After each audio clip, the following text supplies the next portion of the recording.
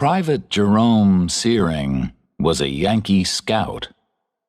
He was often sent to watch the movements of enemy soldiers. A group of army officers was standing on a hill in Georgia. They were looking south, toward a forest. They were wearing blue Yankee uniforms. A regiment of the Confederate Army was on the other side of the forest. "Is the enemy moving forward, or retreating, or not moving at all?" one of the Union officers asked. "We'll send a scout to look," replied another officer. A few minutes later, Private Searing was sent to check the position of the Confederate regiment. Searing was a brave man. He worked alone, and he did his work well. He had sharp eyes and ears. He could see far into the distance, and he often heard sounds that other people could not hear. Now he moved silently through the forest toward the enemy regiment. In his hands, he carried a powerful rifle. Searing could shoot extremely well. When Searing reached the edge of the forest, he stopped. He got down on his hands and knees and crawled forward slowly. He was looking for the enemy's picket line. Pickets guarded the men of their regiment. They dug holes, rifle pits, in the ground around the edge of their camp. The pickets sat in the rifle pits and aimed their guns at the enemy. Usually there were 3 or 4 men together in each rifle pit. The pickets took turns to sleep. While one man watched, the other men slept. Searing was looking for small mounds of earth on the ground. The mounds would show Searing where the Confederates had dug their rifle pits. The mounds would also show him where the enemy had positioned its picket line. The scout quickly lay flat on the ground. Through a narrow opening in the bushes, he had seen a small mound of yellow earth. It was one of the enemy's rifle pits. After a few moments, Searing slowly and carefully lifted his head. He looked at the mound of earth for several more minutes. Then he stood up and walked forward. The enemy soldiers had left the rifle pit. Searing wanted to be sure that all the Confederate pickets had gone. He kept his head low and ran from one rifle pit to the next. They were all empty. The Confederates had left this picket line. But where were they now? Searing walked through the forest until he came to the edge of a plantation. Beyond the plantation, there was an old farmhouse on a small hill. The windows of the building were broken, and there was no door. "This will be a good place to hide and watch," he thought. He went into the building and looked out of one of the broken windows. Searing stared across the flat, empty ground that was between the farmhouse and Kennesaw Mountain. There were no trees between the farmhouse and the mountain. Half a mile away, he could see a road. It was crowded with soldiers who wore gray uniforms. This was the rear guard of the Confederate regiment. The metal barrels of their rifles shone in the morning sunlight. the Confederates were moving south. Searing had to return quickly to his own regiment. He had to report to his commanding officers. But the gray line of Confederate soldiers was in front of him.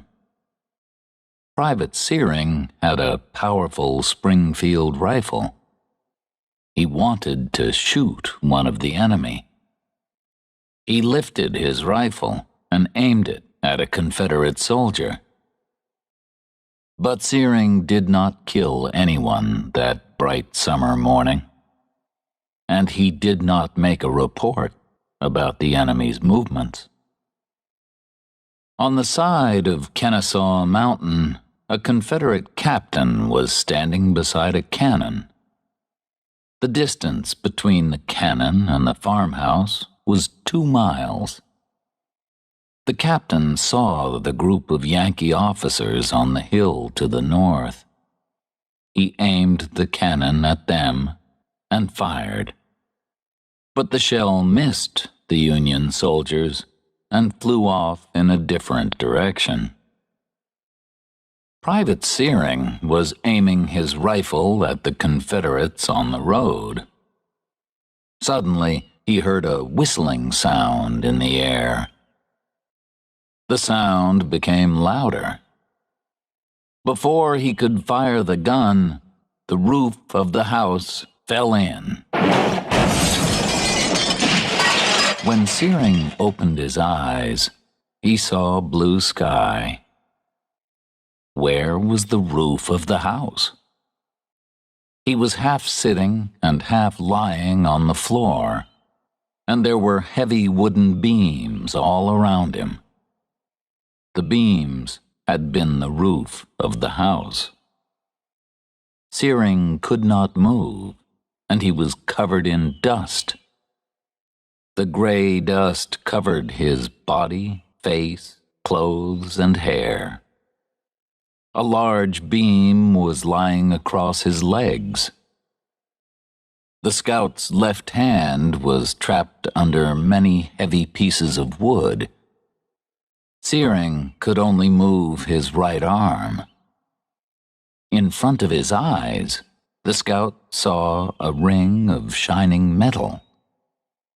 The ring was, in fact, the muzzle of his Springfield rifle.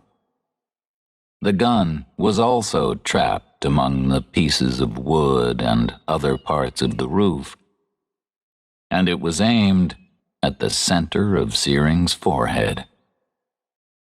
The powerful rifle was loaded with a bullet. It was ready to fire. Searing did not like to look down the muzzle of his own gun. He tried to move his body. "What is holding my head?" he asked himself. He was able to move one piece of wood a little. Then he stopped. "The rifle might fire if I move suddenly," he thought. "It looks closer to my head now." Searing closed his eyes. "I can't get out," he said to himself. "I can't move. I'll sleep now. The Confederates have gone, and some of our own soldiers will come here soon. They'll find me." The scout was extremely tired, but he did not sleep. He felt a pain in his forehead. When he opened his eyes, the pain disappeared. But when he closed his eyes, the pain returned. He heard birds singing. "Help!" he shouted. He was surprised by the sound of his own voice. He sounded afraid. No one came to help him. Private Searing could not sleep, and he could not look away from the gun. But at last, he became unconscious. When he woke up again, Searing knew that his hand was bleeding. He could not see his hand, but he could feel blood pouring from it. Then he saw some small brown animals running over the wooden beams. They were rats. Rats were climbing near the rifle. But the rifle did not fire. At last, the rats ran away. Searing knew that they would return later. Then they would attack him. They would bite his face, neck, and hands. He hoped to be dead before that happened. Private Jerome Searing was a brave man, but he was tired and in pain. More and more of his blood was pouring from his injured hand. He was very weak, and he was terrified. He was suffering, and no one was coming to help him. He tried to lift a small piece of wood with his right hand. "Can I move the piece of wood so that it touches the rifle?" he thought. "Maybe I can push the rifle so that it isn't aimed at my head." Searing slowly moved the piece of wood along the barrel of the gun. He could not push the barrel away, but now he could feel the trigger of the rifle. He knew that he wanted to die now. He closed his eyes and pushed the wood against the trigger. Nothing happened. The rifle did not fire. Private Jerome Searing knew that the pain in his head was part of his dream. He dreamed that the bullet went into his head. At last, the fear of the bullet killed him. Lieutenant Adrian Searing looked at his watch. The time was 18 minutes past 8. The lieutenant was in command of the Yankee pickets on the hill. He knew that his brother, Private Jerome Searing, was scouting somewhere near the hill. Adrian was waiting for Jerome to return and report about the enemy's pickets. Suddenly, Adrian Searing heard a noise in the distance. It was like the sound of a building falling down. The sound was coming from the south. At the same moment, an officer came toward him. "Lieutenant Searing," said the officer, "the colonel orders you to move your men forward. You must look for the enemy. We think that the Confederates have retreated." The lieutenant ordered his men to move down the hill. They went through the forest and came to the edge of the plantation. A wooden farmhouse had stood on a small hill beside the plantation. The building was now destroyed. The walls and the roof had fallen. The Yankees passed by on both sides of the house and moved toward Kennesaw Mountain. Lieutenant Searing came to the farmhouse.